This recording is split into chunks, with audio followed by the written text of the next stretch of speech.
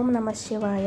మేము రెగ్యులర్గా శ్రీశైలం వెళ్తాం కానీ ఇలాంటి జర్నీ అయితే ఎప్పుడూ చేయలేదు.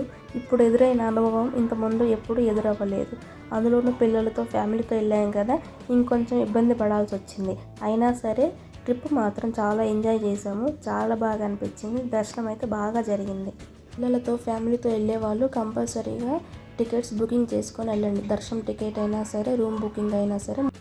అన్నీ అనుకొని వెళ్ళే ప్రయాణాల కన్నా అప్పటికప్పుడు అనుకొని వెళ్ళే ప్రయాణాలు చాలా బాగా ఉంటాయి. అందులో ఈ ప్రయాణం ఒకటి.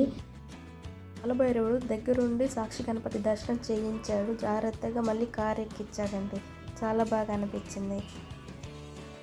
రెగ్యులర్గా బుక్ చేసుకునే రూమ్స్ వద్దకు వెళ్ళాము. అక్కడ గదులు లేవని బోర్డు తగిలించింది.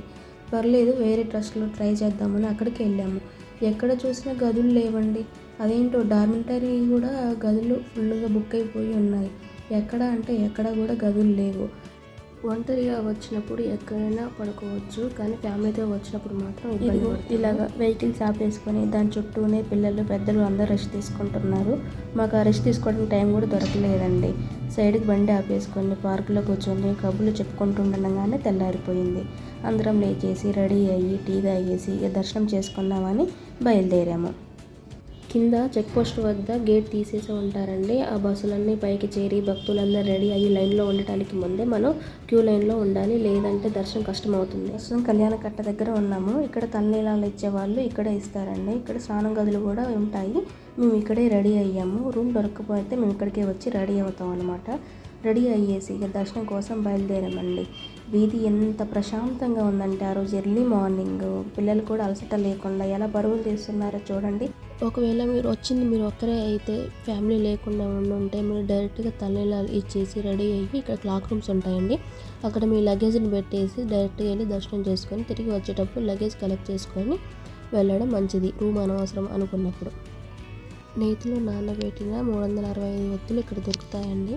దీపం వెలిగించాలనుకుంటే ఈ ధ్వజస్తంభం దగ్గర దీపం వెలిగించుకుంటే మంచిదండి. ఇక్కడ నుంచి ఫోన్లో గుళ్ళోకి తీసుకెళ్ళనివ్వరు, ఎట్టి పరిస్థితుల్లో తీసుకెళ్ళనివ్వరు. వాటిని క్లాక్ రూమ్లో ఉంచాల్సిందే. మేము దర్శనానికి దాదాపు 6:30 టైంలో లోపలికి వెళ్తే 8:30 టైంకి బయటకు వచ్చాము. గుళ్ళోంచి బయటికి రాగానే అక్కడే లడ్డు ప్రసాదం ఉంటుంది.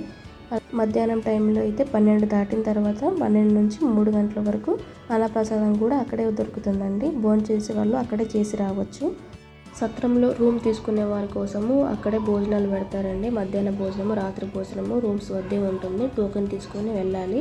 అలదికేశ్వరం, పాలధార, పంచదార, శిఖరాగ్రం, సాక్షి గణపతి వీటిని సైట్ సీయింగ్ అంటారండి. ఇవి ఆటోలు ఉంటాయి. అక్కడ ఆటోలు మాట్లాడుకొని వెళ్ళటమే. మాది దర్శనం అయిపోయింది. తిరిగి ఫోన్ తీసుకొని ధ్వజస్తంభం దగ్గరికి తిరిగి వచ్చాము.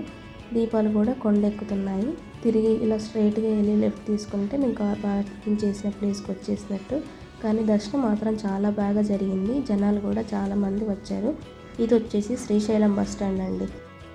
బస్ స్టాండ్ నుంచి బయటికి వచ్చి చూసినప్పుడు వ్యూ పాయింట్ చాలా అద్భుతంగా ఉంటుందండి. దాన్ని చూడడానికైనా సరే మీరు బయటికి రావాల్సిందే. నేను దాన్ని క్లియర్గా చూపించలేకపోయాను.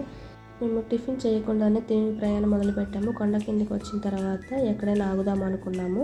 ఇక్కడ ఏపీ జెన్కో కాలనీ దగ్గర అండి ఒక చిన్న హోటల్ ఉంది. టిఫిన్ మాత్రం చాలా బాగుందంటే మీరు ఒకవేళ ఇదే రూట్లో వచ్చేటట్టయితే మీరు టిఫిన్లు ఇక్కడ చేయొచ్చండి. ఇంకా ముందుకెళ్తే టిఫిన్లు ఉంటాయి కానీ అంతగా టేస్ట్ ఎక్కడా అనిపించలేదండి. కానీ ఇక్కడ చాలా బాగుంది. టిఫిన్లు తినేసేసి మళ్ళీ స్టార్ట్ అయ్యాము. నైట్ ఈ ఏరియాలో వర్షం పడింది అనుకుంటా. వచ్చేటప్పుడు చాలా చల్లటి గాలి వచ్చింది.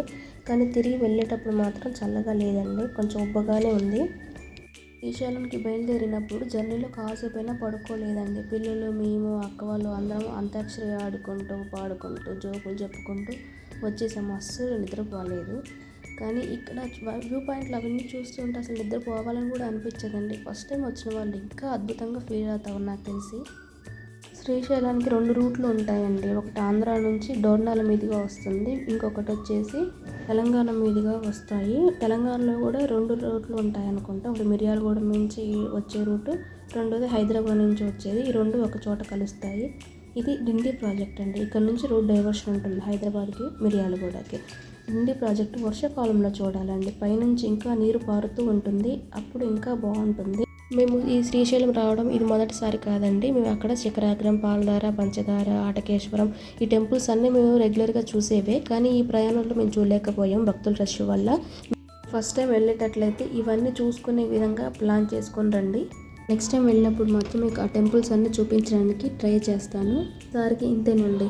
Better luck to me next time. ఓం నమ శివాయ. హర హర మహాదేవ శంభో శంకర.